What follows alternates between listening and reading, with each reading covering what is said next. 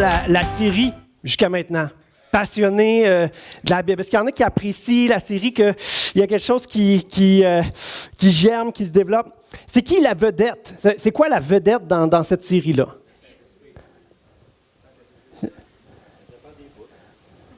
Ça dépend des bouts. La vedette, c'est la Bible. La vedette dans la Bible, c'est Jésus. C'est vrai. Mais la vedette, c'est la Bible. Vraiment, le but, c'est ça, c'est que passionné de la Bible, parce que la Bible est passionnante. C'est ça le but. Puis, je suis conscient que ça peut être plus difficile, cette série-là, pour certains, parce qu'on dirait que c'est peut-être un petit peu plus cérébral. Hein? On touche. Puis la semaine passée, j'ai battu un record personnel dont je ne suis pas fier, une prêche d'1h01, mais parce qu'on essaie toujours d'être le plus concis possible. D'ailleurs, il faut que je commence dans le message. Mais tout ça pour dire, lâchez pas. Si la série est plus difficile, essayez de pogner juste un petit morceau à chaque message. Puis l'affaire, c'est qu'on est dans l'ère de la connaissance. Hein? Et les non-chrétiens peuvent avoir des bonnes questions, des bonnes remises en question. Et c'est important, comme chrétien, d'être capable de donner des réponses. C'est important, comme chrétien, d'être confiant, de savoir ce en quoi on croit. Surtout pourquoi on croit. Oui, c'est sûr, il faut toujours revenir à ce que Dieu a fait dans notre vie, mais il faut être capable de donner un minimum de réponses aux gens qui nous posent des questions. C'est extrêmement important. Aussi, ce qui arrive, c'est que la Bible, c'est la source numéro 1 de révélation. Oui, vous pouvez découvrir des facettes de Dieu en regardant la création.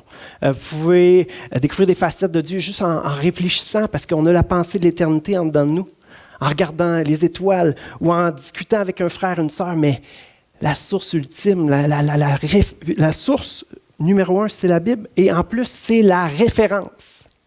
Donc, tout ce qu'on peut recevoir dans notre vie de tous les jours, alors qu'on est à l'écoute, alors qu'on est sensible, alors qu'on est en recherche, hein, qu'on désire mieux connaître Dieu, qu'on désire recevoir des paroles de sa part. Il peut nous parler de toutes sortes de façons, il peut nous surprendre.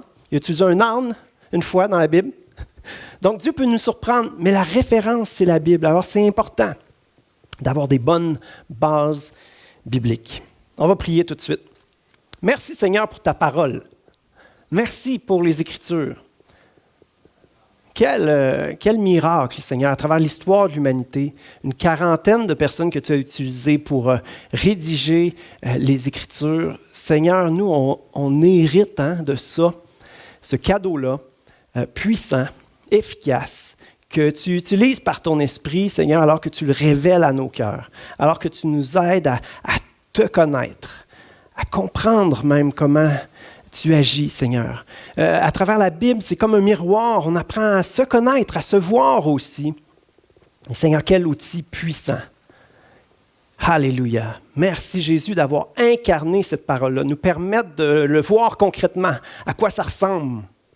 Et à travers ta vie, tu nous as révélé le cœur du Père, l'Évangile, venir donner ta vie pour les gens que tu aimes. Alors, Seigneur, aide-nous à garder toujours l'essentiel en tête, la révélation de Jésus-Christ. C'est toi, notre source. C'est toi qui nous donne vie. Et Seigneur, aide-nous à désirer toujours plus te connaître, à être passionné de toi, passionné de la Bible. C'est notre prière. Alléluia. Dans le nom de Jésus. Amen. Alors, ce matin, on s'attaque au livre prophétique. Et je veux tout de suite vous rappeler 3 sortes de textes qu'on a vus dans la Bible. On a vu les textes historiques, n'est-ce pas? Ça, c'est la ligne du temps. Là. Savoir, avoir une bonne idée des événements qui se sont passés tout au long de la Bible, ça nous aide à avoir une belle ligne du temps. Dans cette ligne du temps est arrivé, au pied du mont Sinaï, lorsque les Juifs sont sortis d'Égypte, il est arrivé la loi de Moïse. Un morceau extrêmement important jusqu'à ce que Jésus vienne. Et en fait, tout l'Ancien Testament nous aide à comprendre ce que Jésus a accompli. Mais dans cette ligne du temps, il y a la loi qui est extrêmement importante. Et tout au long de l'histoire, il y a des prophètes qui sont intervenus, des prophètes que Dieu a suscités pour parler au peuple. Et pourquoi c'est important ça? C'est parce que Dieu, c'est le Dieu de l'histoire. C'est Dieu qui intervient dans l'histoire de l'humanité. C'est Dieu qui se soucie de l'être humain et qui agit. Alors, dans cette ligne du temps, on voit quand est-ce que les prophètes sont intervenus. Et ce qui arrive, c'est que les prophètes, à peu près 90% de ce qu'ils font, c'est de rappeler la loi. Donc, dans la ligne du temps, il y a cette loi-là qui est arrivée et les prophètes vont rappeler constamment ça. Pourquoi? Parce que dans la loi, Dieu dit « ça va fonctionner comme ça ». Si vous faites ça, vous allez être bénis, là. Tac, tac, tac, tac, tac. Ça va être incroyable. Vous n'avez pas idée. Mais si vous désobéissez, et tabarouette, ça va être l'horreur. À partir de ce moment-là, c'est de même, ça marche. Et là, les prophètes, qu'est-ce qu'ils font? Les prophètes, ils regardent leur société, ils regardent la nation d'Israël, puis ils sont comme « Oh my goodness, oh boy, on est en train de faire genre les choses qu'il ne faut pas faire, alors la catastrophe s'en vient. » Vous comprenez? Vous me suivez? Extrêmement important de se rappeler cela. Ce matin aussi, il n'est pas question des textes apocalyptiques. On les trouve surtout dans Ézéchiel, dans Daniel et dans l'Apocalypse. Ce matin, ce n'est pas de ça qu'on parle. On parle des prophètes, les 16 prophètes qu'on a. Il y en a 4 qu'on dit grands prophètes, puis 12 qu'on dit petits. Mais ce n'est pas parce qu'il y en a un meilleur que l'autre, c'est juste la longueur du livre. Jérémie, Ézéchiel, Daniel, Ésaïe sont plus gros. Fait qu'il y en a 16 prophètes. On en parle aussi dans les livres historiques, des prophètes qui n'ont pas de livre à leur nom. Élie, Élisée, Myriam, Déborah. Ésaïe va marier une prophétesse aussi. Donc, il y a plusieurs prophètes dans l'histoire d'Israël. Ils n'ont pas tous écrit des livres. Il y en a un peu partout dans le pays. Il y a même eu des écoles de prophètes. Élisée avait une école de prophètes. Samuel également. La table des matières, on est rendu où? On est rendu au 6e message et voilà, c'est comprendre les prophètes. Comprendre les prophètes. Le titre, c'est « Passionné par les livres prophétiques ». Des livres peut-être un petit peu plus difficiles parce qu'effectivement, il faut se rappeler cette ligne historique-là, aller situer quand est-ce qu'ils ont parlé, à qui ils ont parlé, et se rappeler aussi de la loi parce que les prophètes n'inventent pas beaucoup de choses. La plupart du temps, ils rappellent ce qui est écrit dans la loi. La règle ultime quand on lit un livre prophétique, c'est la question « à qui tu parles ?» Quand on parle, mettons qu'il faut être au centre dans la vie, OK? Quand tu parles à quelqu'un qui est dans le champ droit, tu lui dis quoi? Tu lui dis « vire un peu à gauche, hein? » Quand tu parles à quelqu'un qui est dans le champ gauche, tu lui dis quoi? Tu lui dis « vire un peu à droite, hein? » Alors, est-ce que la Bible se contredit en disant tantôt à l'un, vire un peu à gauche, et tantôt à l'autre, vire un peu à droite? Souvent, là, c'est une objection que les gens vont avoir. La Bible se contredit. Voilà, vous avez une bonne piste d'explication. Quand on réfléchit un petit peu, quand on connaît la parole de Dieu, on a des réponses à donner. Un livre que j'aime beaucoup, de Timothy Keller, « La raison est pour Dieu ». Ce n'est pas parce qu'on est chrétien qu'on doit mettre notre intelligence dans la filière 13 ou dans la poubelle. Non, la raison est pour Dieu. Dieu veut utiliser notre intelligence. Donc, c'est qui les prophètes? Bien, premièrement, les prophètes sont appelés de Dieu et leur ministère est attesté par leur attachement au seul vrai Dieu, à Yahweh. Hein? Yahweh, le Dieu que les Juifs n'osaient même pas prononcer le nom. Hein? Dans les Écritures, il était toujours écrit YHWH. Et le Dieu dont on ne prononce pas le nom tellement il est grand, tellement il est puissant. Alors nous, on a mis des voyelles dedans, on l'appelle Yahweh. Et en fait, c'est ça, c'est le Dieu qui est. C'est le Dieu éternel. Donc, c'est des concepts qui nous échappent. Hein? On ne peut pas mettre l'éternel dans une boîte. Non, il est plus grand que n'importe quelle boîte. Donc, c'est un peu pour ça qu'il ne nommait pas par un nom. Leur ministère est toujours attesté aussi par des prédictions qui se réalisent. S'ils prédisaient quelque chose puis il arrivait le contraire, ils venaient de perdre de la crédibilité. Aussi, leur ministère est attesté par des miracles. C'est Dieu qui les appelait, il y avait une onction sur eux et il y avait du miraculeux. Les prophètes sont parfois des individus assez spéciaux, des spécimens qui se démarquent, parfois même étranges. On peut penser à Jean-Baptiste, mangeur de sauterelles, habillé en poil de chameau.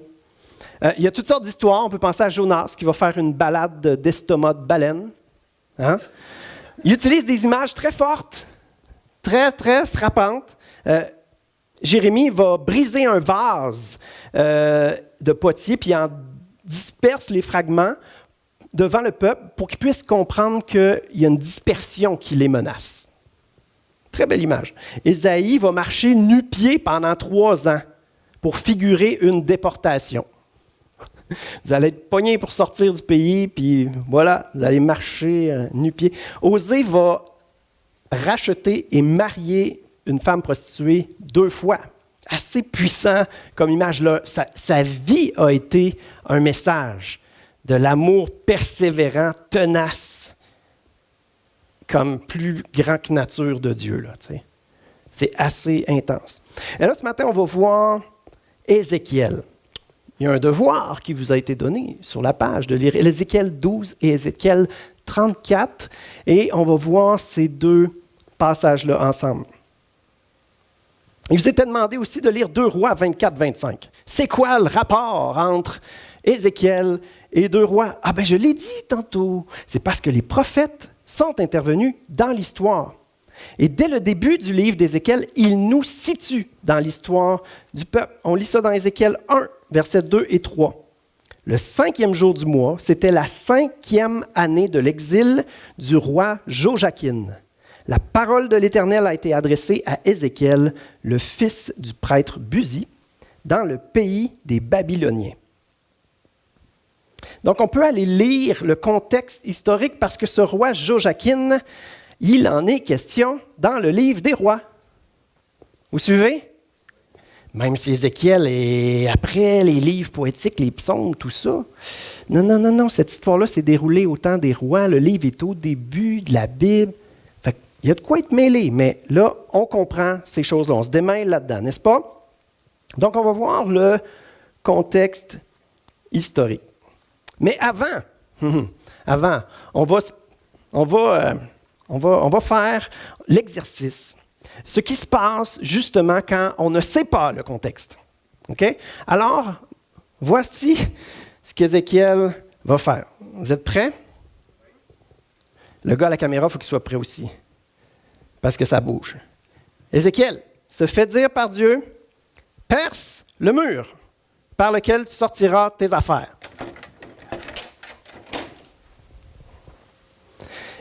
Sous leurs yeux, tu porteras tes affaires sur ton épaule. Tu les sortiras en pleine obscurité. Oh.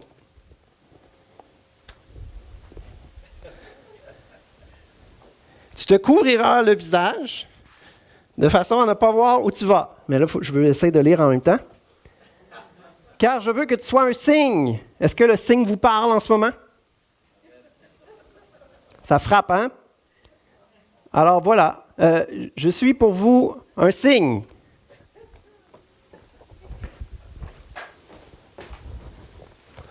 On va refermer le trou quand même.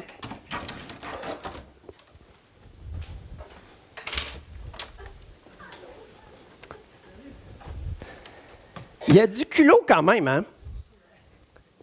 Le gars, il est à Jérusalem, puis il s'en va défoncer, faire un trou dans la muraille. Et là, il va dire, je suis pour vous un signe. Ce que j'ai fait, c'est ce qui leur sera fait. Ils iront en exil, en déportation. Le prince qui est au milieu d'eux portera ses affaires sur l'épaule en pleine obscurité. Il sortira par l'endroit où l'on aura percé la muraille pour le faire sortir. Il se couvrira le visage de façon à ne pas voir lui-même où il va. J'étendrai mon piège sur lui, il sera pris dans mon filet. Je l'amènerai à Babylone, dans le pays des Babyloniens. Il ne le verra pas et il y mourra. Ça, c'est une drôle d'expression, hein? Il ne le verra pas et il y mourra. Moi, la première fois que je l'ai lu, j'ai fait « Qu'est-ce que ça veut dire? » Donc, on a un prince, on a des murailles qui vont être percées, on a une déportation à Babylone, et cette drôle d'expression, « Il ne le verra pas et il mourra ». Assez particulier quand même comme prophétie, n'est-ce pas? Allons voir le contexte, qu'en dites-vous? Bonne idée, hein? Yes! Parfait. Ça veut dire, vous me suivez, vous comprenez qu'il n'y a pas grand-chose à comprendre en ce moment. Sans contexte. On est dans le royaume du Sud, dans le royaume de Juda, où il y a Jérusalem. Le royaume du Nord a déjà été déporté et ne reviendra jamais. Là, on est au temps du roi Joachim. Et Joachim a été déporté. Il reste juste 2 tribus en bas. Mais Ézéchiel parle du prince. Qui est le prince? Un prince, c'est un fils du roi. Alors, quel a été le roi après Joachim? Son fils, Sédécias. Alors, on est dans le livre des rois, chapitre 24. Jérusalem est entourée par l'ennemi. Ils ont déjà assiégé la ville, il y a déjà eu une première déportation, mais il va y en avoir une deuxième. Et là, ils entourent la ville et ils empêchent, dans le fond, les vivres de pouvoir rentrer. Ils assiègent la ville et les gens vont soit se livrer, soit mourir de faim dans la ville. C'est leur stratégie. Alors, on lit ça. 2 Rois 24, versets 2 à 7. La 11e année du roi Sédécias, donc le prince, le 9e jour du mois, la famine était forte dans la ville à cause que l'ennemi coupait les vivres. Il n'y avait pas de pain pour le peuple du pays. Alors, la brèche fut faite à la ville. Ils ont percé la muraille, Et tous les gens de guerre s'enfuirent de nuit par le chemin de la porte entre les 2 murs près du jardin du roi, pendant que les Chaldéens environnaient la ville. Les fuyards prirent le chemin de la plaine, mais l'armée des Chaldéens poursuivit le roi et l'atteignit dans les plaines de Jéricho. Et toute son armée se dispersa loin de lui. Ils saisirent le roi et le firent monter vers le roi de Babylone, à Ribla, et l'on prononça contre lui une sentence. Là, c'est la section 16 ans et plus. Les fils de Sédécias furent égorgés en sa présence. Puis on creva les yeux à Sédécias, et on le lia avec des chaînes d'airain, et on le mena à Babylone. Rappelez-moi la prophétie d'Ézéchiel. Un prince, une muraille percée, une déportation à Babylone, et cette drôle d'expression, il ne le verra pas. Comment ça, il ne le voit pas? Il s'est fait crever les yeux. Dernière chose qu'il a vue, c'est quoi? Ses fils égorgés. Et il n'est jamais revenu. Qu'est-ce que ça veut dire? Ça veut dire qu'il est mort à Babylone. Il n'est jamais revenu en Israël. Et c'est quelque chose de très difficile, très lourd pour les Israélites de ne pas mourir dans leur pays. Alors, qu'est-ce qu'on comprend de ça? Bien, ce que Dieu dit s'accomplit. Il l'a prédit et ça s'est accompli. Ne cherchons pas à ce que ça s'accomplisse dans notre vie à nous. N'est-ce pas? Je veux dire, le prophète Ézéchiel l'a annoncé. Si on n'étudie pas l'histoire, on pense que ça va arriver. N'est-ce pas? Si on n'étudie pas l'histoire, si on ne voit pas que ça s'est accompli, bien, on attend que ça arrive. C'est déjà fait.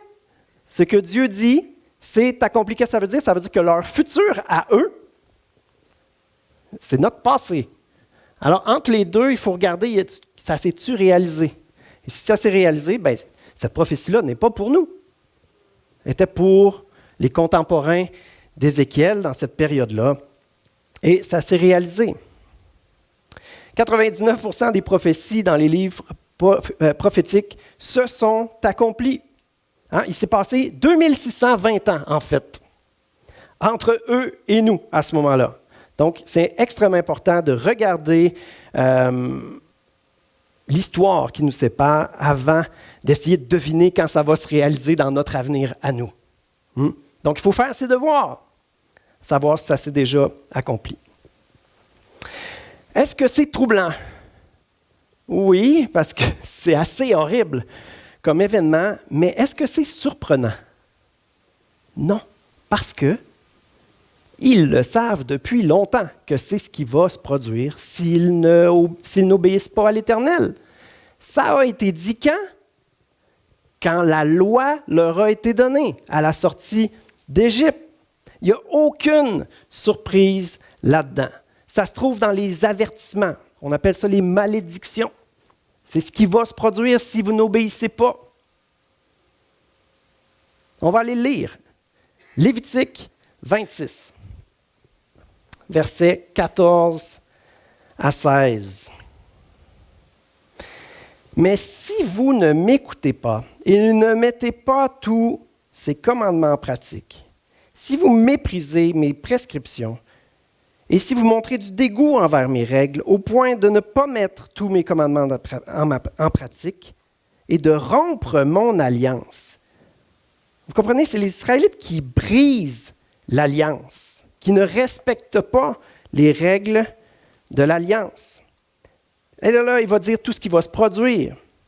Et 16 versets plus loin, on en lit une qui concerne très, très bien l'histoire qu'on vient de lire. Je vous disperserai, verset 33, je vous disperserai parmi les nations, et je dégainerai l'épée pour vous poursuivre. Votre pays sera dévasté et vos villes seront désertes. Un homme avisé en vaut deux, qu'on dit, mais un homme qui oublie vaut moins que rien. N'est-ce pas? Si on oublie les avertissements, on est vulnérable. Donc, vous comprenez la séquence? Hein, il y a toute l'histoire du peuple d'Israël et il y a cette fameuse loi de Moïse qui est donnée. Et les prophètes, ce qu'ils font tout le long de l'histoire par la suite, oubliez pas la loi, oubliez pas. Si vous obéissez pas, ça va dégénérer, ça va aller mal. Regardez ce que vous faites, ça n'a pas de bon sens. Les prophètes rappellent la loi. Ils disent au peuple, il est encore temps de changer. Revenez à l'Éternel. Hein? Repentez-vous, faites volte-face, tournez-vous. Vous êtes en train d'adorer des idoles, revenez à l'Éternel, adorez le seul vrai Dieu. Il parle d'un changement radical, intérieur, hein, du cœur et extérieur. Détruisez-les, ces fameuses idoles-là. Et on voit à travers cette histoire-là, il faut apprécier quand même cette chose-là, le fait que ce que Dieu dit s'accomplit. Dieu est en contrôle. Dieu n'est pas tout à l'envers, bouleversé, quand ça ne se passe pas selon l'idéal. Ça ne se passe pas selon l'idéal, il ne peut pas donner toutes les bénédictions qu'il voudrait, mais ce n'est pas parce qu'il est fâché, ce n'est pas parce qu'il est la bande de vauriens, c'est parce que c'est ça qui a été dit dans la loi, voilà quelques mille, tu sais, un bon 1000 ans, là. Le temps des juges, le temps des rois, Saül, David, il y en a plein. Et là, on se retrouve en 586 avant Jésus-Christ. Donc, longtemps après, les Israélites n'ont pas obéi. Donc, il se passe ce qui devait se passer. Il se passe ce qui a été annoncé. Alors, qu'en est-il de nous? Au Québec, en 2022. Alors là, on va encore jouer le jeu. On va encore faire l'exercice d'essayer de comprendre un texte prophétique sans contexte, sans faire nos devoirs. Hein? C'est de ça qui était question. Avoir l'humilité et le sérieux. L'humilité de faire des recherches et un peu de sérieux dans nos recherches avant de tirer des conclusions trop rapides, puis justement conclure n'importe quoi. Donc, on va aller voir un autre texte où on va se permettre de tomber dans le panneau. Okay? Il y a une différence, on s'entend, entre les prophéties pré-déportation, qu'on pourrait dire, hein, avant la déportation, justement en 580 avant Jésus-Christ, versus le Québec en 2022. Il y a un monde de différence, on pourrait dire. Regardez bien ce qu'on lit dans Ézéchiel 34. On vient de voir la belle image frappante, saisissante d'Ézéchiel dans Ézéchiel 12. Là, ça, on a vu que Dieu est en contrôle. On a vu que les prophètes rappellent l'alliance. On va voir un autre genre de prophétie. Ézéchiel 34, versets 1 et 2. La parole de l'Éternel me fut adressée en ces mots. Fils de l'homme, prophétise contre les pasteurs du Québec, d'Israël. Les pasteurs! Il est fou le pasteur un matin. C'est quoi? Il veut qu'on entende des paroles de l'Éternel contre les pasteurs. Qui pense que je suis un peu fou ce matin? Soit je suis fou, soit il faut au moins se méfier un peu de nous-mêmes, puis se dire on va prendre le temps de comprendre de quoi il est question. Effectivement, pasteur, c'est le nom, le titre qu'on donne à quelqu'un qui est responsable d'une église. Pasteur, qu'est-ce que ça veut dire? Ça veut dire berger. C'est synonyme. Et en fait, qu'est-ce qu'on veut dire par ça? On veut dire de prendre soin, veiller et donner direction. Mais bon, on va aller lire qu'est-ce que Ézéchiel nous raconte dans Ézéchiel 34, versets 7 à 11. C'est pourquoi, berger, tout à l'heure j'ai lu une autre version où il était écrit pasteur. Là. J'aime ça quand ça punch un peu des fois. Là. C'est pourquoi, berger, écoutez la parole de l'Éternel. Aussi vrai que je suis vivant, déclare le Seigneur l'Éternel, parce que mes brebis sont devenues un butin et la nourriture de toutes sortes de bêtes sauvages, faute de bergers. Parce que mes bergers ne se sont pas occupés de mes brebis, parce qu'ils ont pris soin d'eux-mêmes, au lieu de prendre soin de mes brebis. À cause de cela, bergers, écoutez la parole de l'Éternel. Voici ce que dit le Seigneur, l'Éternel. Je m'en prends aux bergers. Je retirerai mes brebis de leurs mains. Je ne les laisserai plus prendre soin des brebis, et ils ne pourront plus en profiter pour eux-mêmes. J'arracherai mes brebis de leur bouche, et elles ne leur serviront plus de nourriture. En effet, voici ce que dit le Seigneur, l'Éternel, je m'occuperai moi-même de mes brebis, je veillerai sur elles. On s'entend qu'il y a un peu de langage poétique là-dedans. Hein? Les brebis, ça représente quoi? Ça représente le peuple de Dieu. Dieu est le berger. Ces brebis, c'est son peuple, donc c'est les Israélites. Et là, ça dit que les bergers du peuple mangent les moutons. Qu'est-ce que ça veut dire? Ça veut dire qu'ils s'enrichissent sur le dos des moutons. Ils leur mangent la laine sur le dos. Hein, on utilise cette expression-là. Dans le fond, les bergers du peuple, c'est ça qu'ils font. Puis c'est mal. Donc, si on téléporte ces paroles-là 2600 ans plus tard, puis je ne sais pas combien de kilomètres qu'on est d'Israël, un océan en tout cas, on téléporte ça là, 2600 ans plus tard au Québec. Qu'est-ce que ça va dire? Les pasteurs, c'est tous des arnaqueurs. Ils sont avares, cupides, on devrait tous les mettre dehors. J'ai-tu compris comme il faut Ézéchiel 34? Vous avez compris ça comme moi? OK. Est-ce que je suis à risque en ce moment? Ce qu'on a oublié! Pour ma défense. Non, ce qu'on a oublié, c'est que les pasteurs d'Israël ne sont absolument pas l'équivalent de ce qu'on appelle pasteurs au Québec en 2022. Quand il est question des pasteurs d'Israël, c'est l'équivalent de nos gouvernements, avec les ministères de la Finance, de l'Éducation, de l'Environnement, de la Santé, incluant la santé publique. C'est nos juges, nos médecins, nos ordres professionnels, etc., etc. Pourquoi? Parce que la loi de Moïse, est-ce qu'elle touche seulement le culte à l'Éternel? Est-ce qu'elle touche seulement la religion? Et le code moral qu'on va enseigner, mettons, les bonnes valeurs qu'on va enseigner à l'Église. Est-ce que la loi de Moïse ne touche seulement ce sujet-là? Absolument pas. Elle touche toutes les sphères de la société. Elle parle d'agriculture, elle parle de remettre les dettes, de prendre soin des pauvres, elle parle d'élevage, de règles alimentaires, elle parle des sabbats, le repos, les fêtes, dans lesquelles on devait célébrer l'Éternel en famille, se rappeler tout ce que l'Éternel a fait. Mais là, le peuple, avec à sa tête comme dirigeant, appelé, supposé prendre soin du peuple, a à sa tête des rois, leurs conseillers, des sacrificateurs également, des prophètes que le roi était supposé écouter. Il néglige de faire ce que l'Éternel a demandé. Donc, revenir à l'Éternel, ça veut dire beaucoup de choses. Ça implique un méga ménage dans le pays. On appelle ça une réforme complète. On ne fait pas juste détruire les idoles, on change toute la façon de gérer l'économie. Les dettes devaient être remises, les esclaves devaient être libérés après 7 ans. On devait se reposer à chaque fin de semaine. Pour célébrer l'Éternel, passer du temps en famille, on devait aller offrir les sacrifices, rappeler ce que Dieu avait fait pour nous. Puis encore là, célébrer en famille, parce que Dieu est bon, puis il prend soin de nous. Puis comme de fait, en l'obéissant, il nous bénit. C'est ce qu'Israël devait expérimenter.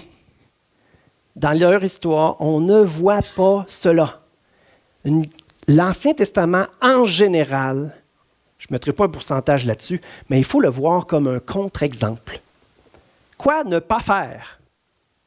Ou c'est quoi qui est pas l'idéal de Dieu. Et l'idéal va venir avec Jésus. La perfection va descendre sur terre. Alors là, à cause de cette désobéissance-là, c'est la débandade totale dans le pays, non seulement religieuse et morale, mais aussi politique et sociale. On ne peut pas transposer le concept des pasteurs d'Israël au concept de pasteurs des quelques courageux qui sacrifient leur vie à prendre soin des églises au Québec qui représentent 0,1% de la population. Contexte très différent que de gérer la nation d'Israël, qui représente 100% de la population et tout l'ensemble du territoire, dans toutes les sphères de la société. Vous voyez la différence? Petite différence, grosse différence. Méchante grosse différence. Ça a pas mal à rien à voir. Le pouvoir qu'a un pasteur d'une église versus ceux qui sont supposés prendre soin de toute la nation à cette époque-là. Je me permets de dire ça aussi parce que j'aime beaucoup mon travail. Je suis très heureux, très comblé. C'est un privilège énorme pour moi de pouvoir servir dans l'Église. Si je n'étais pas confiant dans mon travail, j'aurais pris un autre passage. Mais tu sais, il y a une leçon à prendre ici, là. Puis on a certainement tout fait ça dans le passé, hein? Si on prend un passage comme ça pour l'appliquer aujourd'hui, il n'y a pas ben à se vanter d'avoir le courage d'appliquer la parole de Dieu. Faut que je répète cette phrase-là. Si on est du genre à prendre un passage comme ça, puis je crois qu'on l'a tout fait dans le passé, prendre un passage comme ça et l'appliquer à notre contexte aujourd'hui, il n'y a pas de quoi se vanter d'appliquer la parole de Dieu de façon littérale aujourd'hui. Au contraire, c'est extrêmement honteux. Quelqu'un qui fait ça, non seulement n'a pas l'humilité d'aller étudier, de se poser des questions, d'essayer de comprendre, il n'a pas l'humilité. Il n'a pas le sérieux non plus. Il ne prend pas le temps de faire les recherches. Mais il y a peut-être à conclure aussi qu'il y a un grand manque d'humilité. Fâcheuse manie de soupçonner le mal sur les autorités. Ça, on appelle ça de l'insubordination, de la rébellion. Pas mal tout le temps. La Bible, c'est un miroir pour sonder nos cœurs et non pas une épée pour détruire tout ce qui nous entoure. Surtout pas l'Église de Jésus-Christ. On n'est pas dans cette section-là, mais de voir les ennemis de l'Église, là. Oui, les religieux juifs, oui, les Romains, mais après ça, c'est l'Église qui a tendance à s'autodétruire. Pourquoi? À cause de l'orgueil spirituel. On a eu l'humilité d'accueillir Jésus, puis après ça, on se reconstruit un beau gros orgueil pour tout détruire autour de nous. C'est catastrophique. C'est pas ça qu'on veut. Apprécions maintenant, il faut finir sur une bonne note là, quand même. Là. La fin de ce passage-là, hein, qu'est-ce qui est écrit? Il est écrit, « En effet, voici ce que dit le Seigneur l'Éternel. Je m'occuperai moi-même de mes brebis et je veillerai sur elles. Je les ferai sortir des divers peuples, je les rassemblerai des divers pays et je les ramènerai sur leur territoire. Je les conduirai sur les montagnes d'Israël, le long des cours d'eau et dans tous les endroits habités du pays. » Il y a 2 promesses là-dedans.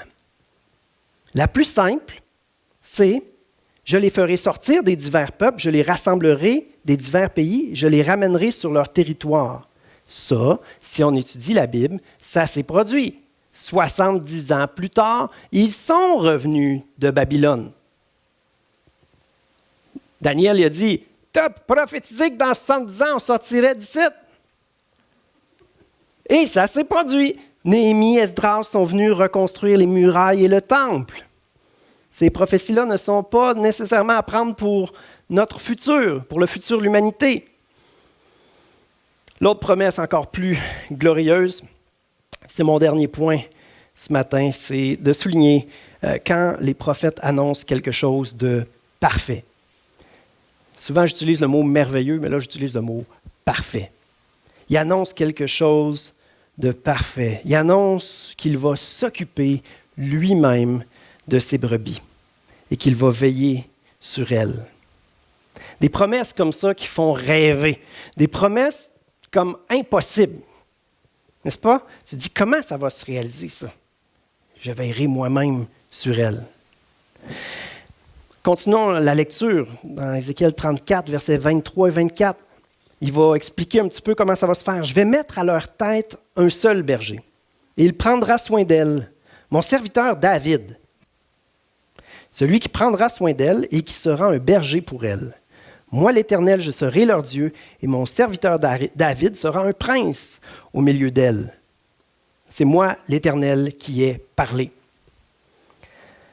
Y a-t-il des bugs dans ce passage-là? David, ce n'est pas le deuxième roi en Israël. Et là, on n'est pas rendu genre à Joachim une couple de centaines d'années plus tard. Je vais mettre David, prince au milieu d'elle. Ça ne marche pas. Il y a un bug. Les bugs, c'est le fun. Parce qu'après ça, on cherche et on fait des belles trouvailles. Ça, on appelle ça en fait des promesses messianiques. Promesses d'un Messie, d'un sauveur, de quelqu'un qui va établir un règne parfait, un règne merveilleux. Et des promesses messianiques, il y en a partout dans la Bible. L'appel d'un Messie, un roi, un fils de David. Matthieu 1:1.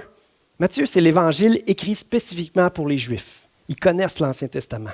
Comment est-ce qu'il commence son évangile, son rapport de l'évangile? Parce qu'il y a un seul évangile raconté par 4 personnes. Il commence son livre en écrivant « Voici la généalogie de Jésus-Christ, fils de David, fils d'Abraham. » Quand on ne connaît pas l'Ancien Testament, toute l'histoire, on voit ça comme quelque chose d'anodin. Dieu a dit, je vais prendre soin de mon troupeau, je vais veiller sur lui. C'est qui le bon berger qui s'occupe de son peuple? Dans Jean 10:11, Jésus a dit, je suis le bon berger. Le bon berger donne sa vie pour ses brebis. Le fils de David, le bon berger, y est venu et a tout accompli. Son règne est établi. Il n'est pas complètement accompli. Il nous a laissé voir qu'il venait en 2 temps. Un premier temps pour qu'Israël devienne une bénédiction pour les nations. C'était la promesse qui avait été faite. Jésus, le sauveur du monde. Puis il a promis qu'il reviendrait pour finir d'établir son règne avec une domination totale et parfaite. Je demanderais à Marc-André de s'avancer. C'est intéressant, les livres prophétiques, n'est-ce pas? J'espère que vous avez aimé ce voyage dans l'Ancien Testament. Je veux apporter une dernière réflexion. Je l'ai souligné un petit peu au cours du message, comment pour Israël, Dieu, c'est Yahweh, le Dieu dont on ne prononce même pas le nom. Dieu insaisissable, Dieu éternel. Le Dieu qui est.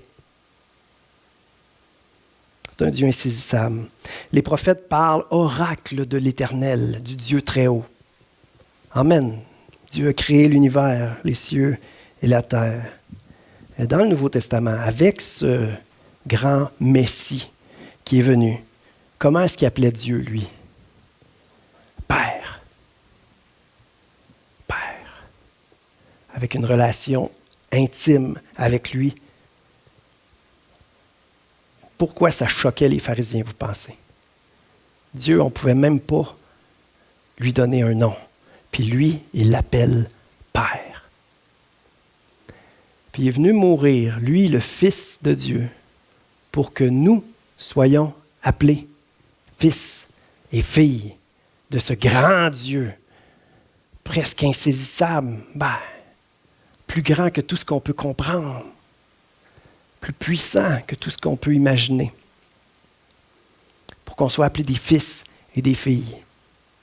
Même à ses disciples, il a dit, je ne vous appelle plus serviteurs, je vous appelle mes amis.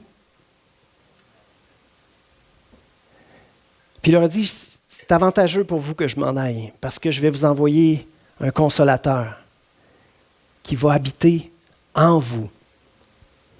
Jésus il est venu au milieu de ses disciples, mais il a lancé quelque chose, la bonne nouvelle, l'Évangile, pour se créer un peuple parmi les nations.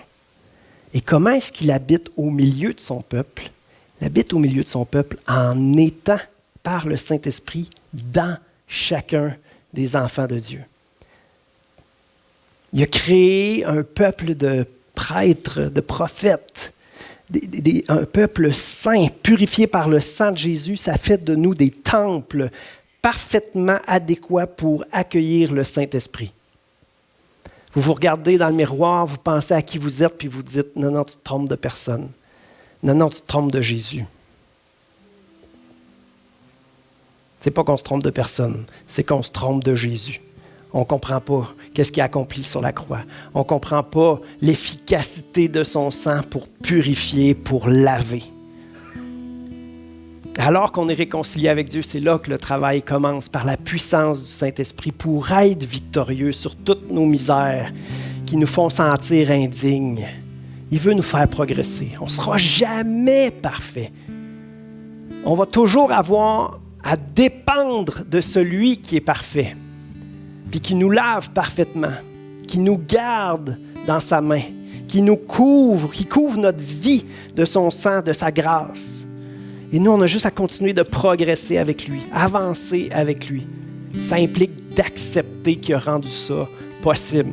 Qu'on soit des fils, des filles, qu'on appelle Dieu notre Père, qu'on appelle notre Sauveur, notre ami, qu'on puisse parler au Consolateur qui habite en dedans de nous.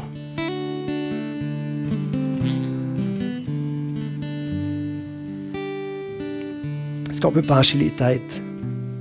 J'aimerais prier pour vous. Il y a un miracle qui doit se produire. Il y a un miracle qui doit grandir dans chacun d'entre nous. De réaliser à quel point Jésus veut vraiment être notre berger, qu'on connaît, qu'on suit, qui prend soin de nous. Seigneur Jésus, ouvre nos yeux, ouvre notre intelligence pour qu'on puisse comprendre qui tu es et ce que tu veux pour nous.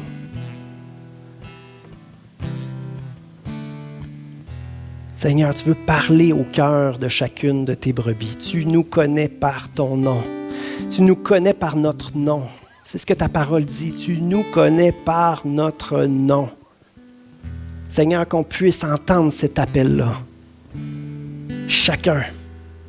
Toi qui nous appelles par notre nom, qui dit « Viens à moi pour être sauvé, viens à moi pour être lavé, viens à moi pour être libéré. » Et Seigneur, qu'on ait l'humilité de t'ouvrir nos cœurs, de te laisser nous guérir, te laisser nous transformer. On veut connaître ce berger intime, parfait. On a besoin de toi. Seigneur Jésus. Seigneur Jésus, je te prie d'aider chaque personne, Seigneur, qui a de la misère avec l'humilité, qui a de la misère d'accepter d'être réduit au rôle de petite brebis qui a besoin d'un berger.